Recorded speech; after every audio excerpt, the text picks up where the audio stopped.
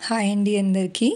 Welcome to my channel Siri vlogs. ఈరోజు నేను coconut rice అయితే ఎలా చేయాలో ఈజీగా చూపించేస్తున్నా అండి. అంటే కొబ్బరన్నం మనం ఫ్రెష్‌గా కొట్టుకున్న కొబ్బరికాయలు ఉంటాయి కదా! అవి మాత్రమే యూజ్ చేయండి, బావుంటుంది. నార్మల్‌గా పూజకి వాడినవి, నిన్నటివి, మొన్నటివి ఉంటే వాటిని యూజ్ చేయకండి. వాటి వల్ల అంత టేస్ట్ అయితే రాదు. ఎందుకంటే మనకంత కొబ్బరి పాలైతే వాటి వల్ల రావు, డ్రై అయిపోతుంది కాబట్టి.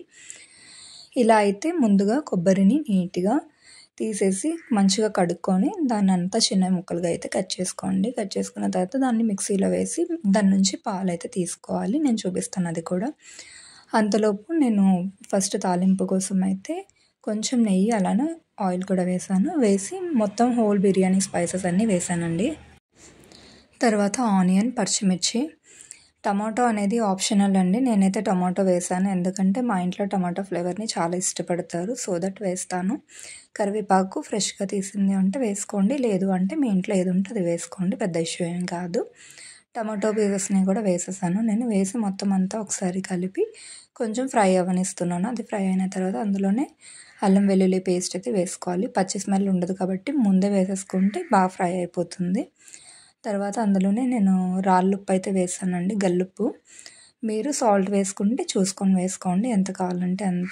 ఇలా అయితే పాలు మిక్సీ పడుతూ అందులో కొంచెం వాటర్ యాడ్ చేస్తూ ఇలా స్ట్రెయిన్ చేసుకోండి. ఇలా చేసుకోవడం వల్ల ఏంటంటే మనకి ఆ కొబ్బరి పిప్ అనేది అందులోకి వెళ్ళకుండా ఉంటుంది. ఆ కోర్ మనం వేరేగా కూడా యూస్ చేసుకోవచ్చు. మామూలుగా ఏదైనా స్వీట్ ఐటెంలో కానీ, లేదు అంటే ఎండబెట్టేసి కర్రీస్లో కూడా వేసుకోవచ్చు. ఏది వేస్టేజ్ ఉండదు.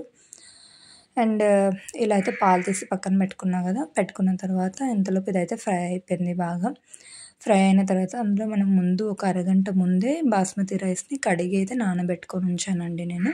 ఆ రైస్ మొత్తాన్ని అందులో వేసేసాను. వేసి అంతా కూడా ఒకసారి నీట్‌గా కలుపుకోవాలి. రైస్ మొత్తం కూడా ఏదైతే తాలింపు ఉందో అదంతా మొత్తం కలిసిన తర్వాత ఒక 2 మినిట్స్ ఆగి మనం రెడీ చేసి పెట్టుకున్న పాలనమాట. ఒక గ్లాస్‌కి 1½ గ్లాస్ లాగా నేను 2 గ్లాస్ రైస్ తీసుకున్న, 3 గ్లాస్ పాలైతే యూజ్ చేశానండి. అలా యూజ్ చేస్తే పర్ఫెక్ట్‌గా వచ్చేస్తుంది రైస్ పొడి పొడిగా.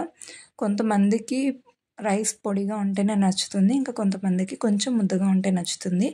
దాన్ని బట్టి మీరు పాలనేవి ఇంకా కొంచెం ఎక్స్ట్రా యాడ్ చేసుకున్నా పర్వాలేదు. ఎందుకంటే ఇది బిర్యానీ కాదు కదా, కొబ్బరి రైస్ కాబట్టి కొంచెం స్టిక్కీగా ఉన్న పెద్ద ఇష్యూ అయితే ఏం కాదు.